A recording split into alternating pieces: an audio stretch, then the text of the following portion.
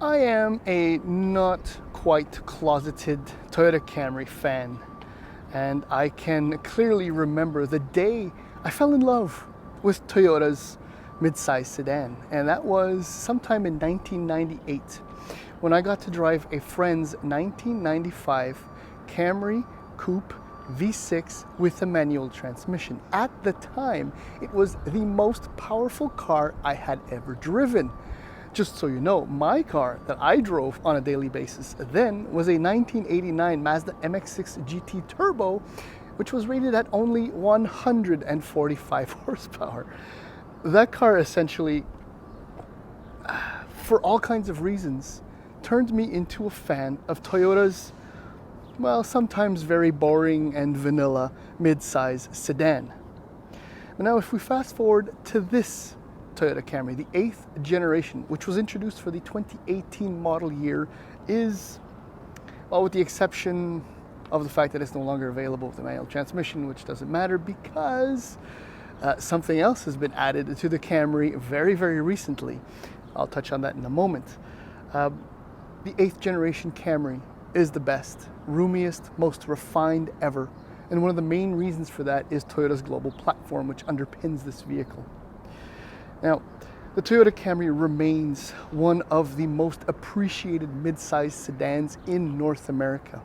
And it's kind of funny when you think about it, because despite the fact that the segment is shrinking, only the Americans have essentially abandoned the mid-size sedan altogether.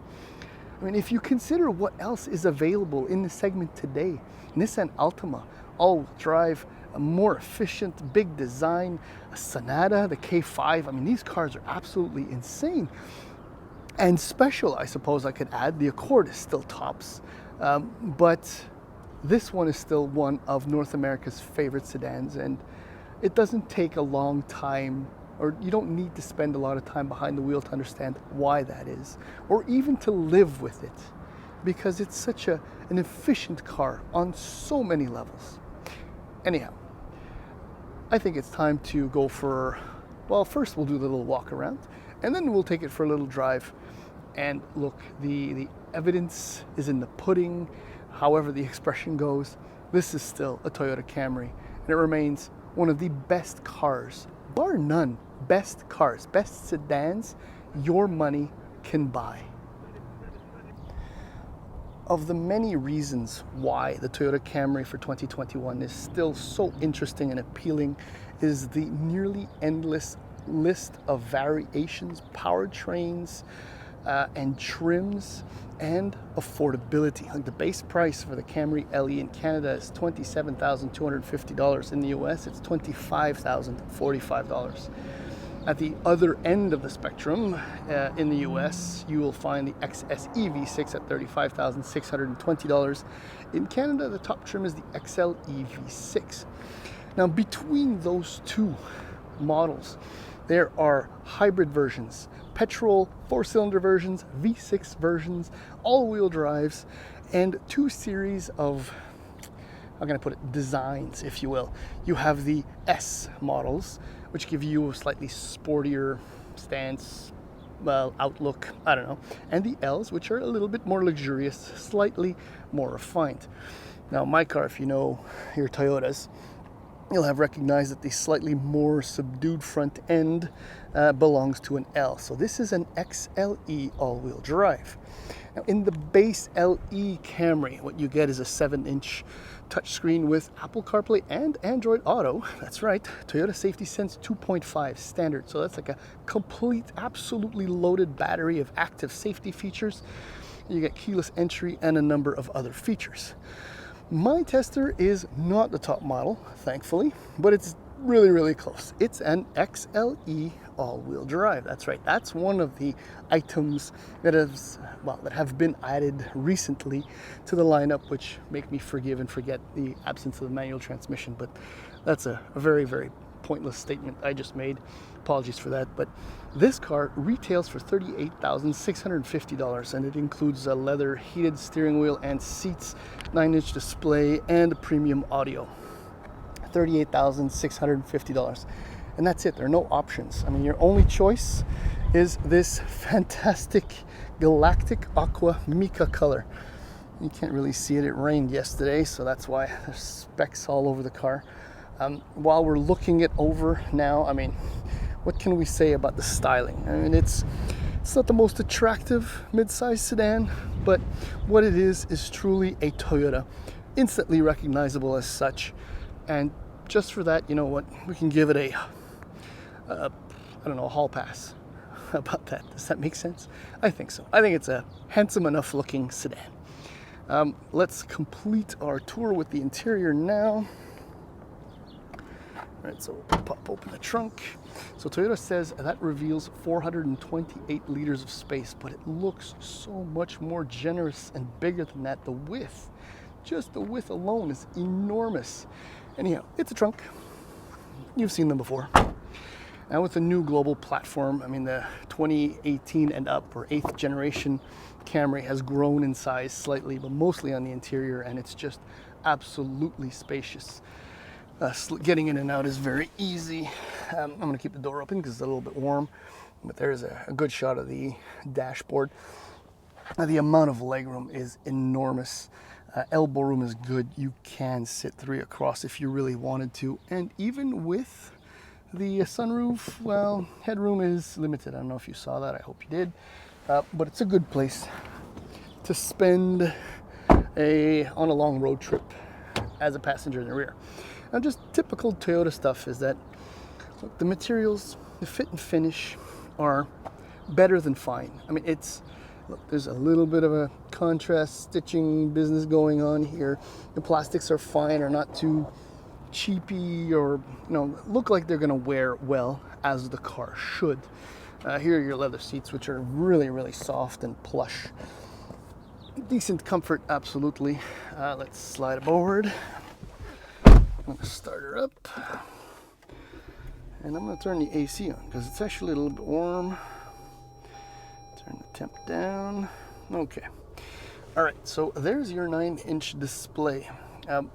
I can only say good things about it, except for one. What I do like is the actual hard buttons, which will give you, like a direct route to wherever it is you want to go. All right. And then you can always just select on the screen. Some of the displays and the graphics are a little bit, well, old, if you will. And the gauges, I love the gauges, the combination of digital and analog. This is a 4.2-inch display, which I believe is standard in all of these cars. The center console, well, is unique. It's kind of like the exterior styling. It might not be to everyone's taste, but storage is pretty good. You got a wireless charger right there. Here are your drive modes, which is nice. Good storage here. These buttons or controls for the heated seats always make me laugh because they seem like they were lifted from something else. It's strange. But look, visibility is excellent. You can see how thin the base of the A-pillar is right there from this angle, and then as you slide on over, same thing. A great spot for doing that 90-degree turn to the left. Visibility is great. What else do you need to know here? I hate the steering wheel. That's about it. I think it's time to go for a drive.